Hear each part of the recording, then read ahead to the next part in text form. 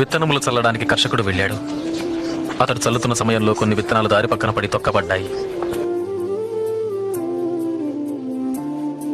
ఆకాశ పక్షులు వాటిని తినివేశాయి.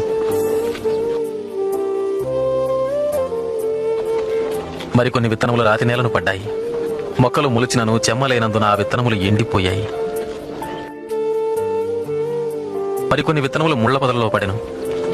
ముళ్ల పొదలు వాటితో మొలిచినందున వాటిని అణచివేశెను. ఇంకొన్ని విత్తనములు మంచి నేలను పడినవి. ఆ విత్తనములు మొలిచి పెరిగి నూరంతలుగా ఫలించెను. విత్తనము దేవుని వాక్యం. త్రోవ ప్రక్కన పడిన విత్తనములు ఎవరనగా వారు వాక్యం వింటారు, కానీ అపవాది వచ్చి వారి హృదయంలో నుంచి సందేశాన్ని దొంగిలించుకుపోతాడు. వారి నమ్మి రక్షణ పొందకుండాట్లు చేస్తాడు.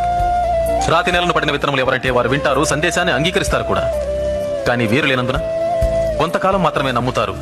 ముళ్ల పొదలలో పడిన విత్తనాలు ఎవరనగా వారు వింటారు, కానీ ఈ జీవన సంబంధమైన విచారముల చేతను ధనభోగముల చేతను అణచివేయబడి తద్వారా ఫలింపని వారు.